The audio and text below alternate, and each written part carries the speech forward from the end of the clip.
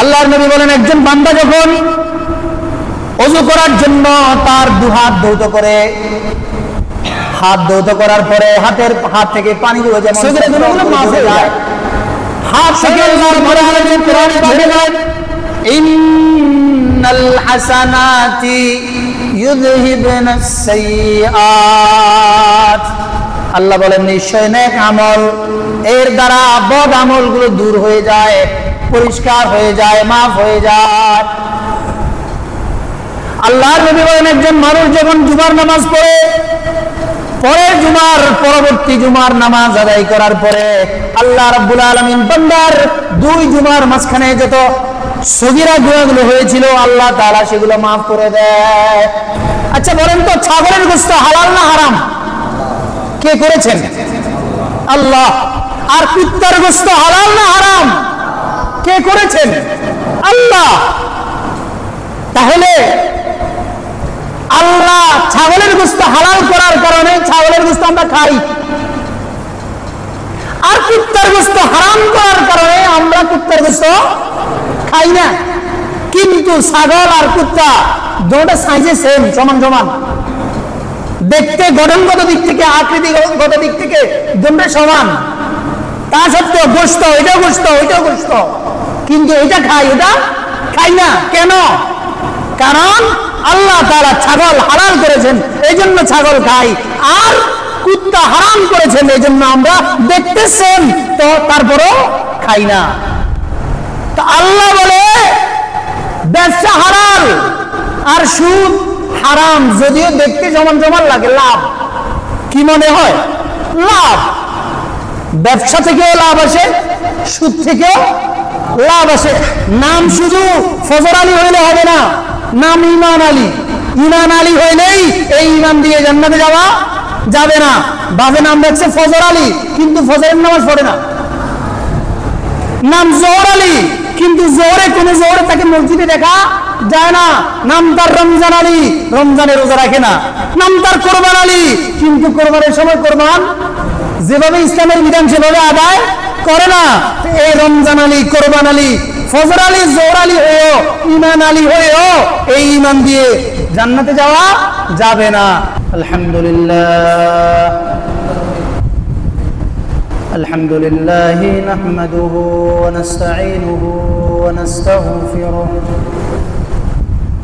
ওয়া নু'মিনু বিহি ওয়া নাতাওয়াক্কালু আলাইহি ওয়া নাউযু বিল্লাহি মিন শুরুরি আনফুসিনা ومن سيئات أعمالنا من يهده الله فلا مضل له ومن يضلله فلا هادي له وأشهد أن لا إله إلا الله وحده لا شريك له لا ضد له ولا ند له ولا مثل له ولا مثيل له ونشهد أن سيدنا وسندنا وحبيبنا وحبيب ربنا وطبيبنا وطبيب قلوبنا ومولانا وأولانا محمدا عبد الله ورسوله الذي أرسله الله إلى كافة الناس بشيرا ونذيرا وداعيا إلى الله الله بإذنه وسراجا منيرا. أما بعد فأعوذ بالله من الشيطان الرجيم. بسم الله الرحمن الرحيم. وأحل الله البيع وحرم الربا. وقال رسول الله صلى الله عليه وسلم: لا يدخل الجنة جسد غذي بالحرام، أو كما قال عليه الصلاة والسلام.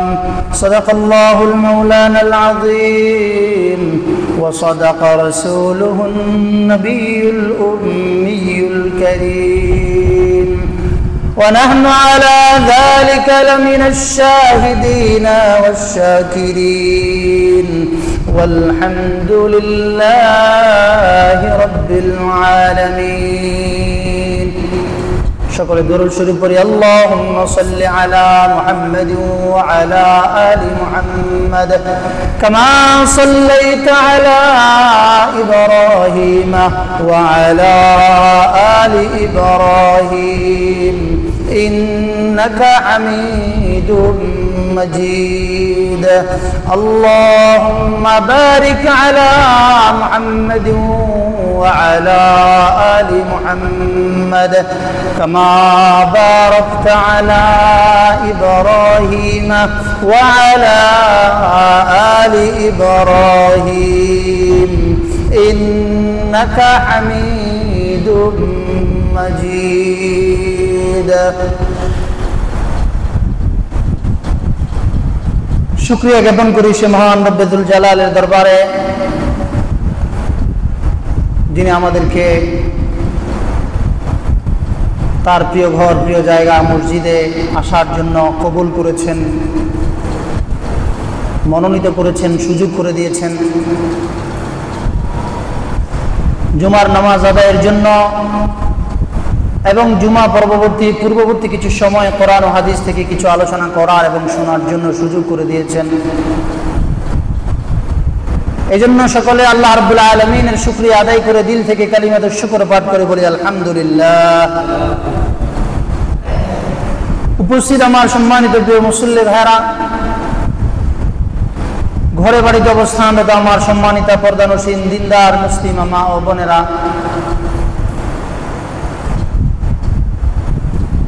একজন মানুষ ইমানদার হওয়ার পর,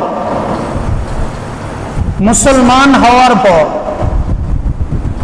মুসলমানের ঘরে জন্ম নেওয়ার পর, নিজেকে মুসলমান হিসাবে পরিচয় দেওয়ার পর, ইসলাম, আল্লাহ এবং আল্লাহর রাসূল তার জন্য কিছু করণীয় এবং কিছু বর্জনীয় নির্ধারণ করে দিয়েছেন। কোরআন এবং হাদিসে আল্লাহ এবং আল্লাহর রাসূল সাল্লাল্লাহু আলাইহি ওয়াসাল্লাম কিছু করণীয় নির্ধারণ করে দিয়েছেন, যেগুলো করতে হবে, আর কিছু বর্জনীয় নির্ধারণ করে দিয়েছেন, যেগুলো বর্জন করতে হবে, ছাড়তে হবে। করণীয় যেমন নামাজ আদায় করতে হবে, রোজা রাখতে হবে, হজ আদায় করতে হবে, কোরআন তেলাওয়াত করতে হবে, জিকির করতে হবে, কোরবানি সামর্থ্য থাকলে দিতে হবে, শক্তি সামর্থ্য থাকলে যাকাত আদায় করতে হবে, সদকা করতে হবে, দান সদকা করতে হবে। এগুলো হলো করণীয়। আর কিছু বিষয় আছে যেগুলো বর্জনীয়, ছাড়তে হবে। যেমন মিথ্যা কথা বলা ছাড়তে হবে, ঝগড়া করা ছাড়তে হবে, অন্যের উপর জুলুম নির্যাতন করা ছাড়তে হবে, খুন করা যাবে না, সুদ খাওয়া যাবে না, ঘুষ খাওয়া যাবে না। এগুলো হলো বর্জনীয়, এগুলো ছাড়তে হবে। একজন মুসলমান শুধু অর্জনীয় বিষয়গুলো পালন করলেই জান্নাতে যাওয়া নিশ্চিত নয়, বরং তাকে অবশ্যই বর্জনীয় বিষয়গুলো বর্জন করতে হবে। একজন মানুষ সে অর্জনীয় বিষয়গুলো করে, নামাজ পড়ে, রোজা রাখে, যাকাত দেয়, হজ করে, কোরআন তেলাওয়াত করে, জিকির করে, কিন্তু বর্জনীয় বিষয়গুলো বর্জন করে না। হারাম খায়, সুদ খায়, ঘুষ খায়, মিথ্যা বলে, ধোঁকা দেয়, অন্যের উপরে জুলুম করে। এই যে বর্জনীয় বিষয়গুলো যদি বর্জন না করে, শুধুমাত্র অর্জনীয় বিষয়গুলো দিয়ে সে জান্নাতে যেতে পারবে না, বরং অর্জনীয় বিষয়গুলো থেকে বর্জনীয় বিষয়ের গুরুত্ব বেশি। আল্লাহ তাআলা এবং আল্লাহর রাসূল নবী মুহাম্মদুর রাসূলুল্লাহ সাল্লাল্লাহু আলাইহি ওয়াসাল্লাম কোরআন ও হাদিসে মুসলমানদেরকে, ঈমানদারদেরকে যে সকল কাজ বর্জন করতে বলেছেন সেটা দুই প্রকার। এক প্রকারের বর্জনীয় কাজকে বলা হয় সগীরা গুনাহ,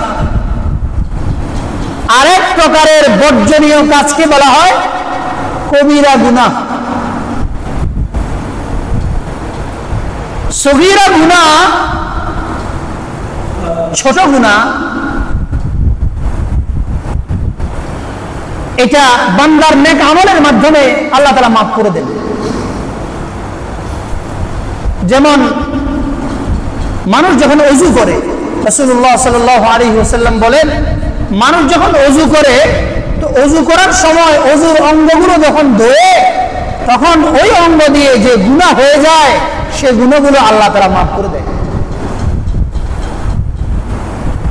আল্লাহর নবী বলেন, একজন বান্দা যখন ওযু করার জন্য তার দুহাত ধৌত করে, হাত ধৌত করার পরে হাত থেকে পানিগুলো যেমন টপ টপ করে ঝরে যায়, হাত থেকে ওযুর পানিগুলো যেমনি ভাবে ঝরে যায়, তেমনি ভাবে বান্দা তার দুহাত দিয়ে যতগুলো সগীরা গুনাহ করেছিল সেই সগীরা গুনাহগুলো তার ওযুর পানির সঙ্গে ঝরে যায়।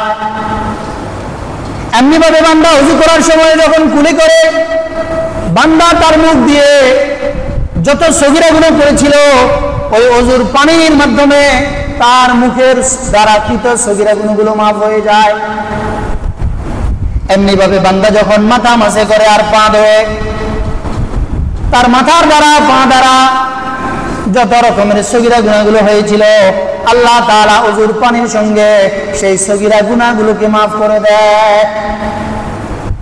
এভাবে নেক আমলের দ্বারা সগীরা গুনাহগুলো মাফ হয়ে যায়। স্বয়ং আল্লাহ রাব্বুল আলামিন কোরআনে পাকে বলেন, ইন্নাল হাসানাতি ইউযহিবুনাস সাইয়্যাত। আল্লাহ বলেন, নিশ্চয় নেক আমল এর দ্বারা বদ আমলগুলো দূর হয়ে যায়, পরিষ্কার হয়ে যায়, মাফ হয়ে যায়।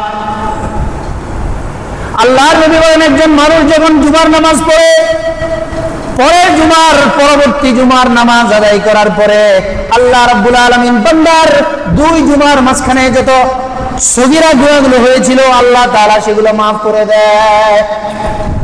আরেক বর্ণনায় আছে, আল্লাহর নবী বলেন, বান্দা যখন ঈদের নামাজ আদায় করে, পরবর্তী ঈদের নামাজে যখন সে আদায় করার জন্য ঈদের মাঠে যায়, দুই ঈদের নামাজের মাঝখানে যত সগীরা গুনাহ হয়েছিল বাৎসরিক আল্লাহ তাআলা ওই ঈদের নামাজের মাধ্যমে তার সগীরা গুনাহগুলোকে মাফ করে দেয়। এভাবে বান্দার সগীরা গুনাহগুলো তার নেক আমলের দ্বারাই মাফ হয়ে যায়। জিকির আজকার, কোরআন তেলাওয়াত, এগুলোর দ্বারাই তার সগীরা গুনাহগুলো মাফ হয়ে যায়। আর কিছু গুনাহ আছে কবিরা গুনাহ, সেই কবিরা গুনাহগুলো সহজে আল্লাহ তাআলা মাফ করে না। এর জন্য তওবা করতে হয়, তওবা করা ছাড়া আল্লাহ মাফ করে না। আর যদি বান্দার হক হয় তাহলে বান্দা যদি মাফ না করে তাহলে আল্লাহ তাআলা সেগুলো মাফ করবে না। যদি বান্দার হক হয়ে থাকে তাহলে বান্দার হক বান্দাকে আদায় করে দিতে হবে, তারপরে তওবা করতে হবে, এরপরে আল্লাহ তাআলা মাফ করবেন। অন্যথায় আল্লাহ তাআলা কবিরা গুনাহগুলোকে মাফ করে না। বুখারী শরীফের 2766 নম্বর হাদিসে হযরত আবু হুরায়রা রাদিয়াল্লাহু তাআলা আনহু বর্ণনা করে বলেন, قال رسول الله صلى الله عليه وسلم,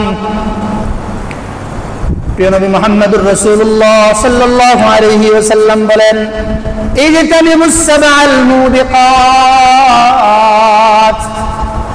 আল্লাহর নবী বলেন তোমরা 7টি ধ্বংসাত্মক বিষয় থেকে নিজেদেরকে নিজেরা বাঁচিয়ে রাখো। সাবধান থাকো তোমরা 7টা ধ্বংসাত্মক বিষয় থেকে, যেই 7টা জিনিস একজন ঈমানদারকে ধ্বংস করতে পারে, ধ্বংস করে দেয়। قالوا يا رسول الله وما هم, সাহাবায়ে কেরাম আল্লাহর নবীকে জিজ্ঞেস করলেন, ইয়া রাসূলুল্লাহ ওই 7 জিনিস কি যেগুলো একজন ঈমানদারকে ধ্বংস করে দেয়? قال رسول الله صلى الله عليه وسلم, আল্লাহর নবী বলেন ওই 7 জিনিস হলো আশরিকু বিল্লাহ, 1 নম্বরে আল্লাহর সঙ্গে শিরিক করা, ওয়াসসাহরু 2 নম্বরে জাদু করা, ওয়াকাতলুন নাফসিল্লাতী হারামাল্লাহু ইল্লা বিল হক, অন্যায়ভাবে কাউকে হত্যা করা। 4 নম্বর বিষয় হলো আকলুর রিবা, সুদ খাওয়া, ওয়া আকলু মালিল ইয়াতীমি, 5 নম্বর হলো ইতিমের মাল খাওয়া, ইতিমের মাল ভক্ষণ করা। 6 নম্বর হলো তাওয়াল্লি ওয়া যাহফি, যুদ্ধের ময়দান থেকে পলায়ন করা, ওয়া কাযফুল মুহসানাতি, করো সতী সাধ্বী নারীর নামে, কোন সতী মহিলার নামে মিথ্যা কোনো কথা, জেনার অভিযোগ ছড়িয়ে দেওয়া, প্রচার করা। এই 7টা বড় গুনাহ, কবিরা গুনাহ, তোমরা এই গুনাহগুলো থেকে বেঁচে থাকতে হবে। তাহলে কিছু বিষয় আছে অর্জনীয় আর কিছু বিষয় আছে বর্জনীয়, বর্জন করতে হবে। এই 7টা বিষয় কবিরা গুনাহ, এগুলো বর্জন করতে হবে। আল্লাহ তাআলা কিছুকে হালাল করেছেন আর কিছুকে হারাম করেছেন, যেগুলো হারাম করেছেন সেগুলোকে ছাড়তে হবে। কোরআনে পাকে আল্লাহ তাআলা বলেন, কোরআনে পাকের 2তম সূরা সূরাতুল বাকারা এর 278 নম্বর আয়াতে বলেন, ইয়া আইয়ুহাল্লাযীনা আমানুত্তাকুল্লাহ ওয়া যারু মা বাকিয়া মিনার রিবা ইন কুনতুম মুমিনিন, হে ঈমানদারগণ তোমরা সুদ ছেড়ে দাও, যদি ঈমানদার হয়ে থাকো আল্লাহকে ভয় করো এবং সুদ ছেড়ে দাও। আর যদি সুদ না ছাড়ো, ফাইন লাম তাফআলু, যদি তোমরা সুদ না ছাড়ো, ফাযানু বিহারবিন মিনাল্লাহি ওয়া রাসূলিহি, তাহলে তোমরা আল্লাহ এবং আল্লাহর রাসূলের সঙ্গে যুদ্ধ করার জন্য যেন ঘোষণা দিলা। যে সুদ খায় সে কার সঙ্গে যুদ্ধ করে? আল্লাহ এবং আল্লাহর রাসূলের সঙ্গে যুদ্ধ করে।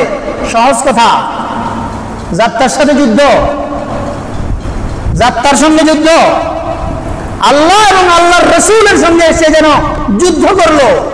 যে সুদ খাইলো, সুদ ছাড়লো না, সে যেন আল্লাহ এবং আল্লাহর রাসূলের সাথে যুদ্ধ করলো। এটা সুদের ভয়াবহতা।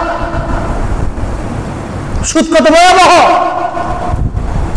আল্লাহ বলেন, আহাল্লাল্লাহুল বাইআ ওয়া হাররামার রিবা, আল্লাহ তাআলা ব্যবসাকে হালাল করেছেন আর সুদকে হারাম করেছেন।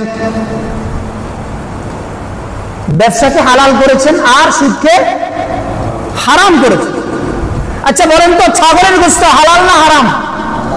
কে করেছেন? আল্লাহ। আর কুত্তার গোশত হালাল না হারাম? কে করেছেন? আল্লাহ। তাহলে আল্লাহ ছাগলের গোশত হালাল করার কারণে ছাগলের গোশত আমরা খাই,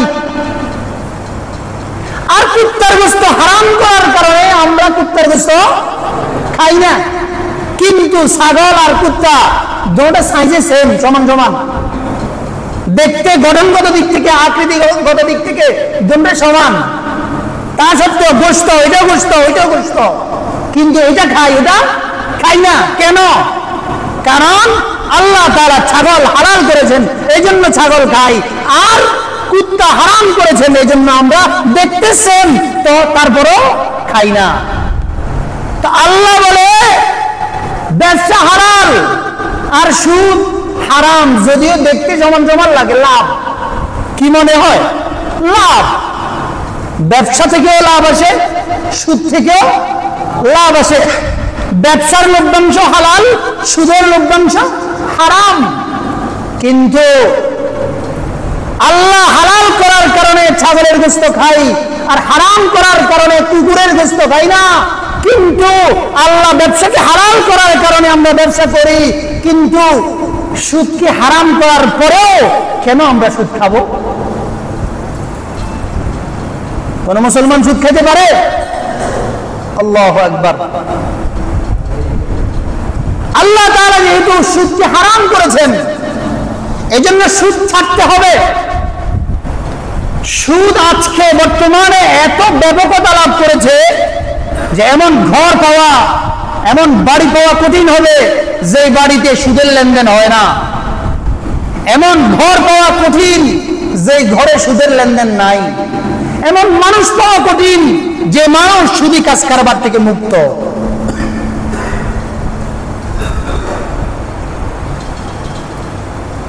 কিস্তি আছে না? কিস্তি আজকে প্রতিটা বাজারে বাজারে কিস্তি দেয়। কিস্তি অনেক ব্যবসায়ী ব্যবসা করে, সুদের টাকা নিয়ে ব্যবসা করে, ব্যাংক থেকে লোন নেয়, কিস্তিতে টাকা নেয়, সমিতি থেকে টাকা নিয়ে ব্যবসা করে।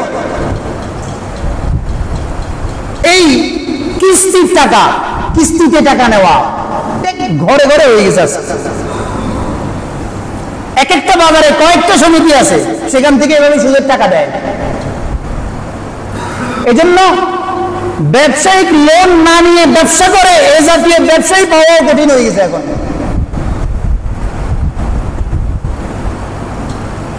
বাংলাদেশের সরকারি যে ডাক ব্যবস্থা,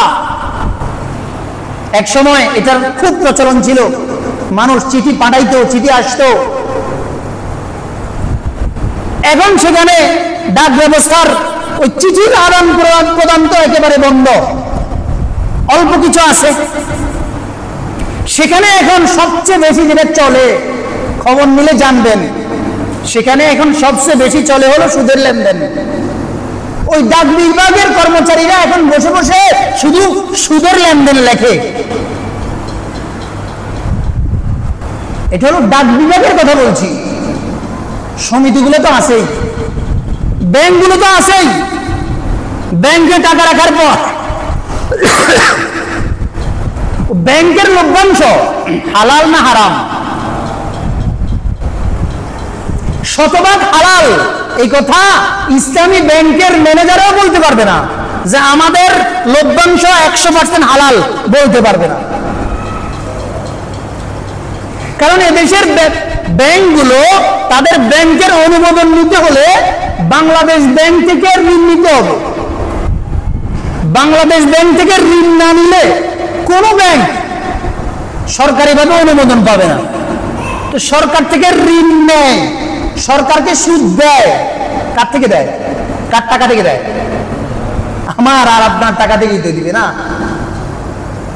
এই জন্য সুদ মুক্ত ব্যাংক কল্পনাও করা যায় না। আমরা আমাদের সাধ্য অনুযায়ী সুদ থেকে বেঁচে থাকবো যতটুকু সম্ভব। সুদ কত ভয়াবহ! সামান্য সময় আমি যতটুকু পারি কয়েকটা হাদিস আপনাদের সামনে পড়ে শোনাই। রাসূলুল্লাহ সাল্লাল্লাহু কোরআনে পাকে আল্লাহ তাআলা বলেছেন, সুদ এটা আল্লাহর সঙ্গে যুদ্ধ, আল্লাহ এবং আল্লাহর রাসূলের সঙ্গে যুদ্ধ। বলেন তো, কোন ব্যক্তি আল্লাহ আর আল্লাহর রাসূলের সঙ্গে যুদ্ধ যদি লিপ্ত হয়, এই যুদ্ধে সে জয়লাভ করতে পারবে? তার পরাজয় নিশ্চিত। সুতরাং সুদই তার পরাজয় নিশ্চিত।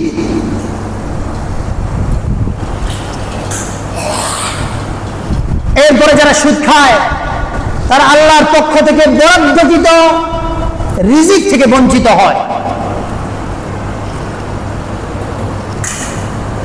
কোরআনে পাকের 4 নম্বর সূরা সূরাতুন নিসা এর 160 নম্বর আয়াতে আল্লাহ বলেন, ফাবিযুলমিন মিনাল্লাযীনা হাদু হাররামনা আলাইহিম তাইয়্যিবাতিন উহিল্লাত লাহুম ওয়া বিসাদ্দিহিম আন সাবিলিল্লাহি কাসীরা। আল্লাহ বলেন, এই আয়াতে আল্লাহ বলতেছেন যে ইহুদিরা তারা জুলুম করার কারণে এবং আল্লাহর রাস্তা থেকে সরে যাওয়ার কারণে আল্লাহ তাআলা তাদের জন্য যা হালাল করেছিল তা আল্লাহ তাআলা তাদেরকে বঞ্চিত করেন। হাররামনা আলাইহিম তাইয়্যিবাতিন উহিল্লাত লাহুম, তাদের জন্য যা হালাল ছিল, যে রিজিক তাদের জন্য বরাদ্দ ছিল, সেটা আল্লাহ তাআলা তাদের জন্য হারাম করে দেন। এরপরে আয়াতে বলেন, যে সকল কারণে আল্লাহ তাআলা তাদের বরাদ্দকৃত রিজিককে হারাম করে দেন, তার মধ্যে একটা কারণ হলো সুদ, সুদের লেনদেন। ইহুদিরা সুদের লেনদেন করার কারণে আল্লাহ তাআলা তাদের জন্য বরাদ্দকৃত হালাল রিজিককে হারাম করে দিয়েছে। যারা সুদ খায় তাদের জন্য সুদের কারণে আল্লাহর গজব, আল্লাহর আযাব বৈধ হয়ে যায়। আল্লাহ তাআলা বলেন, ইযা যাহারাজ জিনা ওয়ার রিবা, রাসূলুল্লাহ সাল্লাল্লাহু আলাইহি ওয়াসাল্লাম বলেন, হযরত আব্দুল্লাহ ইবনে আব্বাস রাদিয়াল্লাহু তাআলা আনহু বলেন, قال رسول الله صلى الله عليه وسلم إذا ظهر الزنا والربا في قرية فقد أحلوا بأنفسهم عذاب الله। যখন সমাজের মধ্যে, গ্রামের মধ্যে জিনা এবং সুদ এর প্রচলন বেড়ে যাবে, আহাল্লাউ বিআনফুসিহিম আযাবাল্লাহ, তারা নিজেরা নিজেদের জন্য আল্লাহর আযাবকে হালাল করে নিল। গ্রামের মধ্যে যদি সুদ আর জিনা বেড়ে যায়, তখন আল্লাহ তাআলার আযাব সেখানে কি হয়ে যায়? হালাল হয়ে যায়। ওই গ্রামে আল্লাহর আযাব আসতে পারে, আল্লাহর গজব আসতে পারে। এজন্য যে শুধু সুদ লেনদেন করবে তার সমস্যা তা নয়, পুরো সমাজের ক্ষতি হবে। এরপর আল্লাহর নবী বলেন, মুসনাদ আহমদ নামক কিতাবের 17822 নম্বর হাদিস, হযরত আমর ইবনে আস রাদিয়াল্লাহু তাআলা আনহু বলেন, قال رسول الله صلى الله عليه وسلم ما من قوم يظهر فيهم الربا إلا أخذوا بالسنة। আল্লাহর নবী বলেন, যে গ্রামের মধ্যে সুদের প্রচলন বেড়ে যাবে, যে সমাজের মধ্যে, সেখানে আল্লাহ তাআলা দুর্ভিক্ষ দিয়ে দিবেন। আল্লাহ কি দিয়ে দিবেন? দুর্ভিক্ষ দিয়ে দিবেন, বরকত তুলে দিবেন। আপনি দেখেন, মুরব্বীরা বলতে পারবে, এক সময় পুকুরে কি পরিমাণ মাছ হইতো, কি পরিমাণ মাছ পুকুরে পাওয়া যেত। তখন এত খাদ্য দেওয়ার সিস্টেম ছিল না, এত চাষাবাদের সিস্টেম ছিল না, কিন্তু পুকুরে প্রচুর পরিমাণ মাছ হইতো। তারপরে ফসল উৎপন্ন হইতো, বাড়িতে শাক সবজির চারা লাগাইলে, বিভিন্ন গাছগাছালিতে যে পরিমাণ ফল হইতো, এখন সেটা আগের মতো নাই। মুরব্বীরা বলে, আমরা শুনি নাই। কেন নাই? সুদের প্রচলন যত বেড়ে যাবে, আল্লাহ তাআলা সেখানে দুর্ভিক্ষ দিয়ে দিবেন, আল্লাহর রহমত সেখান থেকে তুলে নেবেন। যারা সুদ খায় তারা তাদের পেটের মধ্যে সাপ ঢুকায়। কি ঢুকায়? সাপ। মুসনাদ আহমদ নামক কিতাবের 8625 নম্বর হাদিসে আছে, হযরত আবু হুরায়রা রাদিয়াল্লাহু তাআলা আনহু বলেন, আমি যে রাতে মেরাজে গেলাম, আমাকে জান্নাত জাহান্নাম দেখানো হলো। জাহান্নামের বিভিন্ন স্তর আমি দেখতে দেখতে এক প্রকারে দেখলাম, উসরিয়া বি আলা কওমিন বুতুনুহুম কালবুয়ুত ফীহাল হায়াত তুরা মিন খারিজি বুতুনিহা। আমি দেখতে পাইলাম এমন কিছু লোক যাদের পেটগুলো হলো বাড়ির মতো বড়, ঘর বাড়ির মতো বড় বড় পেট, আর ওই পেটের ভিতরে কি আছে বাইরে থেকে সেটা দেখা যাচ্ছে। সেখানে বড় বড় সাপ দেখা যাচ্ছে, ওই পেটগুলোর মধ্যে সাপ। আল্লাহর নবী বলেন, ফাকুলতু মান হাউলা ইয়া জিবরাইল, জিবরাইল এরা কারা? এদের পেট এত বড় বড় এবং এদের পেটের ভিতরে সাপ দেখা যায়, এরা কারা? তো জিবরাইল আলাইহিস সালাতু ওয়াস সালাম উত্তর দিলেন, হাউলাই আকিলাতুর রিবা, এরা হলো তারা যারা সুদ খায়, তাদের পরিণতি হবে কিয়ামতের ময়দানে এমন। যারা সুদ খায়, সুদের 70টা গুনাহ আছে।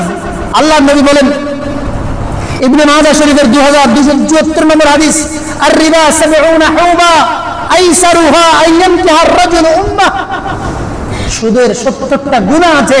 একেবারে সর্বনিম্ন গুনাহ যেটা, সেটা হলো আপন মায়ের সঙ্গে জিনা করা। নাউজুবিল্লাহ বলেন না। যারা সুদ খায়, আপন মায়ের সঙ্গে জিনা করলে যে গুনাহ, একেবারে সর্বনিম্ন গুনাহ তার সেটা হয়। নাউজুবিল্লাহ। সুদখোর রক্তের নদীতে ভাসবে।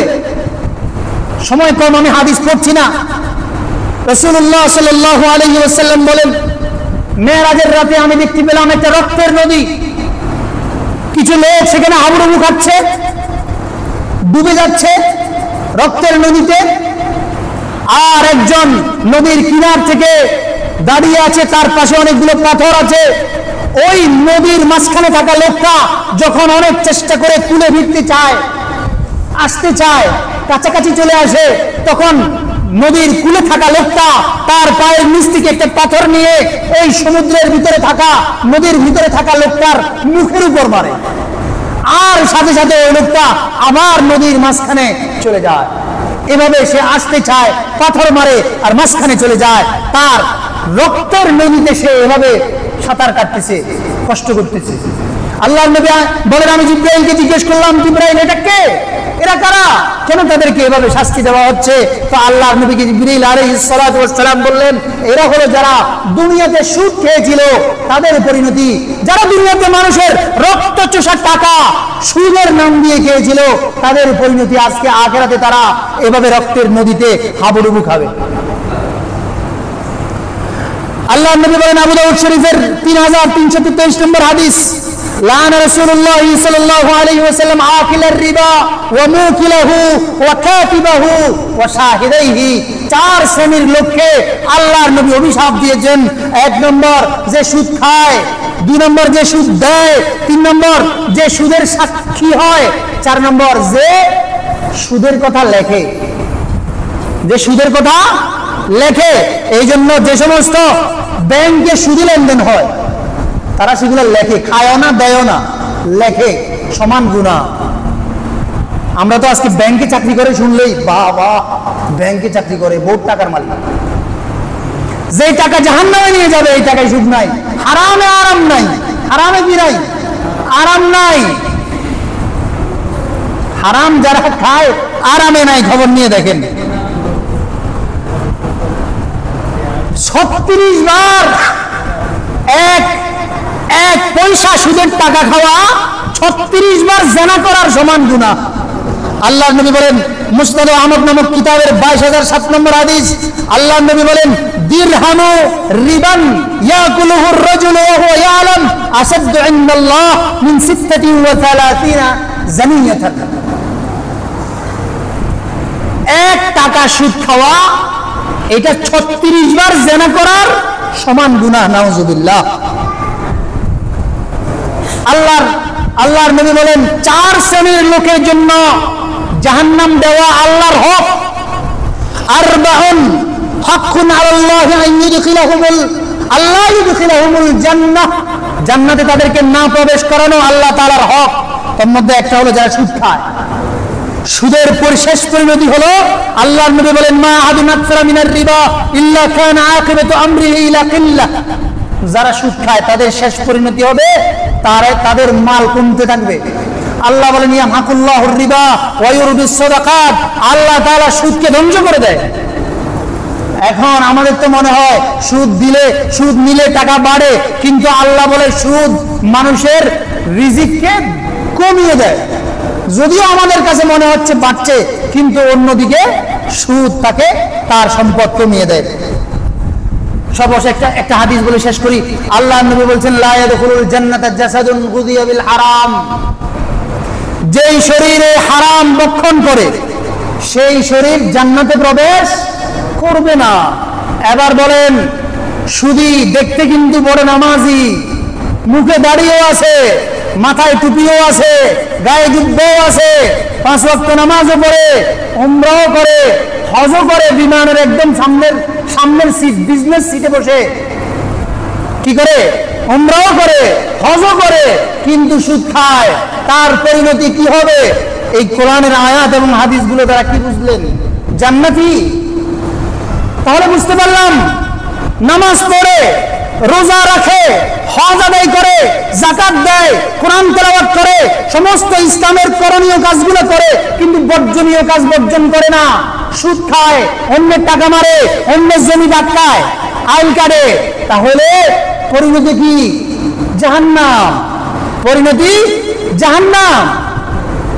এই দাড়ি, এই টুপি, পাঞ্জাবি, জুব্বা, এগুলা থেকে জাহান্নাম থেকে বাঁচাতে পারবে না, পরের হক যদি মারে। বর্জনীয় কাজগুলো যদি বর্জন করতে না পারে, তাহলে সে জান্নাতে প্রবেশ করতে পারবে না। নাম শুধু ফজর আলী হইলে হবে না, নাম ইমান আলী। ইমান আলী হইলেই এই ইমান দিয়ে জান্নাতে যাওয়া যাবে না। বাজে নাম রাখছে ফজর আলী, কিন্তু ফজরের নামাজ পড়ে না। নাম জোহর আলী, কিন্তু জোহরে কোন জোহরে তাকে মসজিদে দেখা যায় না। নাম তার রমজান আলী, রমজানে রোজা রাখে না। নাম তার কোরবান আলী, কিন্তু কোরবানের সময় কোরবান যেভাবে ইসলামের বিধান সেভাবে আদায় করে না। এই রমজান আলী, কোরবান আলী, ফজর আলী, জোহর আলী হয়েও, ইমান আলী হয়েও এই ইমান দিয়ে জান্নাতে যাওয়া যাবে না। আল্লাহ তাআলা আমাদের সবাইকে বুঝার তৌফিক দান করুক। সুদী কাজ কারবারে যারা আছেন, দয়া করে আল্লাহর মেহেরবানি করে সুদ থেকে বাঁচার চেষ্টা করবেন, সুদ ছেড়ে দেন, তাহলে ইনশাআল্লাহ আল্লাহ তাআলা রিজিকের মধ্যে বরকত দিবে। আল্লাহ তাআলা আমাদের সবাইকে বিষয়গুলো বুঝার, মানার এবং আমল করার তৌফিক দান করেন। সকলে বলেন আমিন।